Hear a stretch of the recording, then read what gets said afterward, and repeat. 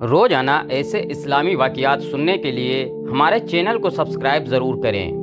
Harut اور ماروت ایسے دو نام ہیں جن کا نام سنتے ہی ہمارے ذہنوں میں بہت سے سوال اٹھنے لگتے ہیں، جیسے کہ ہاروت اور ماروت کو اللہ پاک نے زمین پر کیوں بھیجا، اور کیا یہ دونوں فرشتے تھے یا جن؟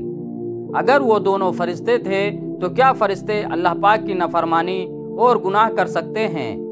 اور کیا یہ سچ ہے کہ اللہ پاک نے ہاروت اور ماروت کو ابھی تک بابل کے کنویں میں قید کر کے رکھا ہوا ہے؟ دوستوں، آج کی اس ویڈیو میں ہم سارے سوال اور جواب آپ کو قرآن کریم اور صحیح حدیث سے دینے والے ہیں، اور یہ بھی بتائیں گے کہ ہاروت اور ماروت کا اصل واقعہ کیا تھا۔ دوستوں، سب سے پہلے تو وہ واقعہ سنتے ہیں جو کہ ہر زبان پر ہے، اور شاید آپ نے پہلے سن رکھا ہو کہ بنی اسرائیل کی روایت میں درج ہے کہ ایک دن فرشتوں نے اللہ پاک سے عرض کیا کہ انسان تو خون بہانے والا اور فساد پھیلانے والا ہے، جبکہ ہم تو تیری بہترین حمد و ثنا کرنے والے ہیں۔ اللہ تعالیٰ نے ارشاد فرمایا کہ ان کو غصہ اور شہوت دی گئی ہے، اس وجہ سے وہ گناہ زیادہ کرتے ہیں، اور اگر یہی چیز تمہیں دی جائے تو تم بھی اس میں مبتلا ہو جاؤ گے۔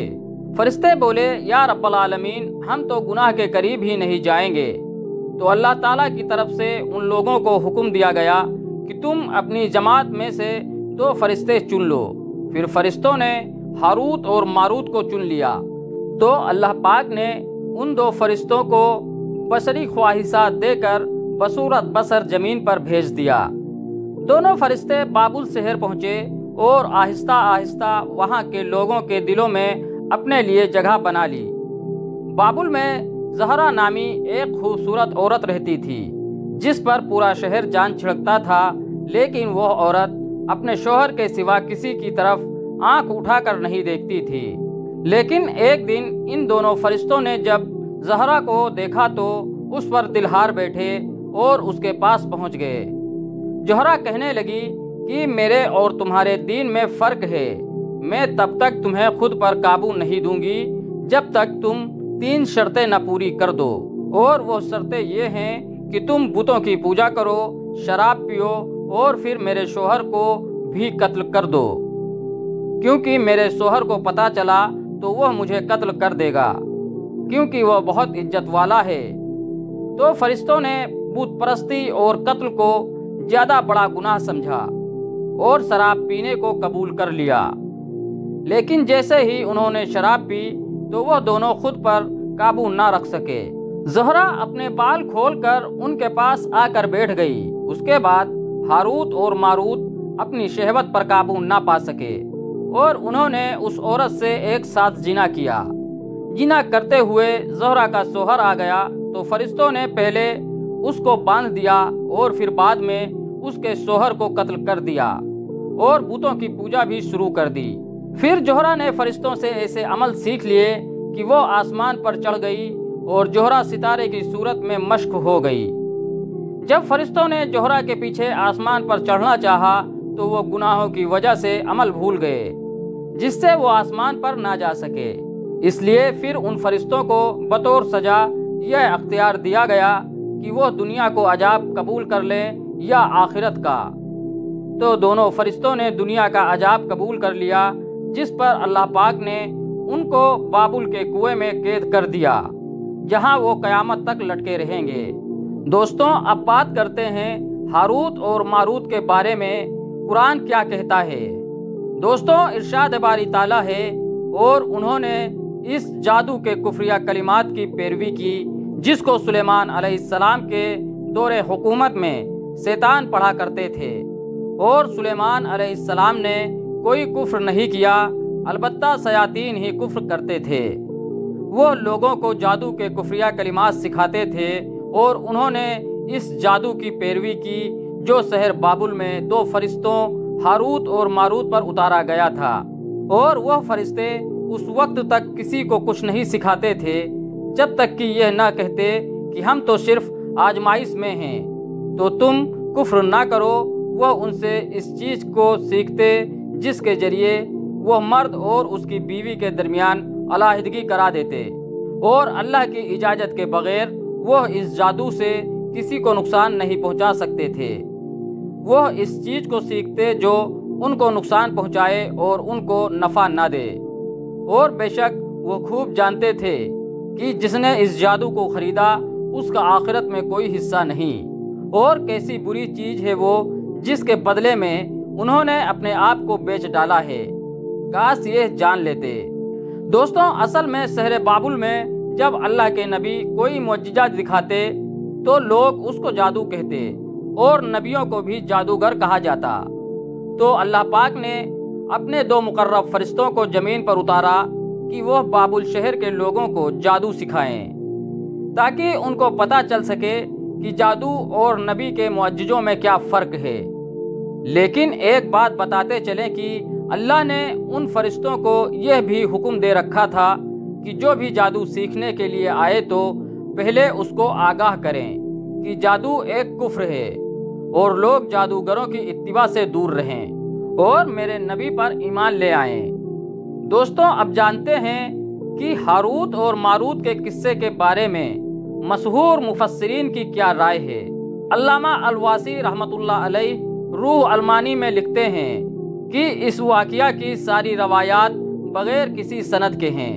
اسی طرح حافظ بن کثیر تفسیر ابن کثیر میں لکھتے ہیں کہ ہاروت اور ماروت کے قصے میں بہت سے تابعین نے ایسی روایات ذکر کیے ہیں جس کی بنیاد اسرائیلی روایات ہیں، لیکن اس قصے پر نبی اکرم صلی اللہ علیہ وسلم کی کوئی حدیث موجود نہیں۔ اسی لیے قرآن میں جتنا یہ واقعہ بیان ہوا ہے ہم بس اسی پر ایمان لاتے ہیں۔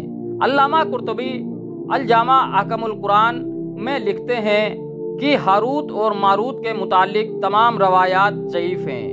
فرشتے معصوم ہوتے ہیں، وہ اللہ پاک کی کسی حکم کی نافرمانی نہیں کر سکتے۔ امام راضی تفسیر کبیر میں فرماتے ہیں کہ یہ تمام روایات قرآن پاک میں بیان کی گئی فرشتوں کی صفات کے خلاف ہیں، اس لیے یہ من گھڑنت اور فاسد ہیں۔ ابن کثیر نے کہا ہے کہ اس روایات کا مرفوع ہونا درست نہیں۔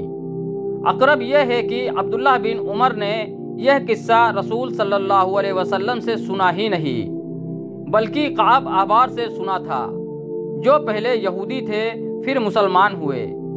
وہ صحابی بھی نہیں تھے بلکہ وہ تابعی تھے، اور وہ یہودیت کے زمانے میں بہت سی باتیں اور بہت سے قصے یہودیوں سے سنا کرتے تھے، اور وہ بطور حکایت صحابہ و تابعین کے سامنے بیان کر دیا کرتے تھے، جس سے ان کی غرض یہود کے اقوال اور ان کے من گڑنت قصوں کی توثیق و تصدیق ہوتی تھی۔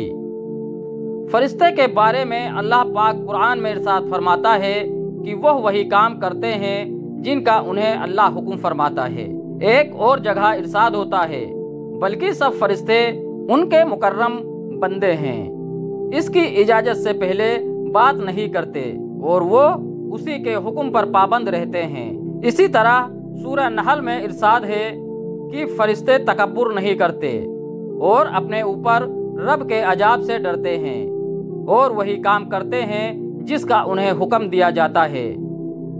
اسی طرح سورہ انبیاء میں ارشاد ہوتا ہے، اور جو اس کے پاس فرشتے ہیں وہ اس کی عبادت سے تکبر نہیں کرتے اور نہ وہ تھکتے ہیں، رات اور دن اس کی تسبیح کرتے ہیں اور ذرا بھی سستی نہیں کرتے۔ اسی لیے ہم سب بحیثیت مسلمان قصہ ہاروت و ماروت کے صرف اس حصے پر ایمان لاتے ہیں جو قرآن میں بیان ہوا ہے۔ وہ بس یہی ہے کہ شہر بابل میں ہاروت اور ماروت 2 فرشتوں کو لوگوں کو جادو سکھانے کے لیے اللہ پاک نے بھیجا تھا، جنہوں نے اپنا کام بخوبی انجام دیا۔ باقی سب روایات من گڑنت اور فاسد ہیں۔ اب سوال یہ پیدا ہوتا ہے کہ آخر جادو جو کہ کفر ہے تو فرشتے لوگوں کو کیوں سکھاتے تھے؟ اس میں اللہ پاک کی یہ حکمت پوشیدہ تھی کہ لوگ جادو اور معجزہ میں فرق کر سکیں، تاکہ جادوگر اور نبی کی پہچان آنے والے سب لوگ سیکھ جائیں۔ اب سوال پیدا یہ ہوتا ہے کہ انبیاء کے علاوہ فرشتوں کو ہی کیوں اس کام پر لگایا گیا؟ کوئی نبی بھی تو یہ کام سکھا سکتا تھا۔ اس کی وجہ یہ ہے کہ اللہ کے پیغمبروں کا بنیادی کام کفر شرک سے بچنے کی تعلیم دینا تھا۔ اگر پیغمبر ہی جادو کی تعلیم دیتے تو لوگ ان کو بھی جادوگر کہتے اور کفر و شرک سے کبھی باز نہ آتے۔ اللہ پاک ہم سب کو دین اسلام کی صحیح سمجھ اور اس پر عمل کرنے کی توفیق عطا فرمائے۔ ہم جادو، دھوکہ فریب اور جھوٹ جیسی بیماریوں سے دور رہیں اور اپنے پیارے نبی کی شریعت پر عمل کرتے رہیں۔ اللہ پاک ہمارے سارے گناہوں کو معاف کر دے اور ہمیں تمام آزمائشوں سے نکال دے اور ہم پر وہ بوجھ نہ ڈال جس کو اٹھانے کی طاقت ہم میں نہیں ہے۔ واللہ عالم، جزاکم اللہ خیرا۔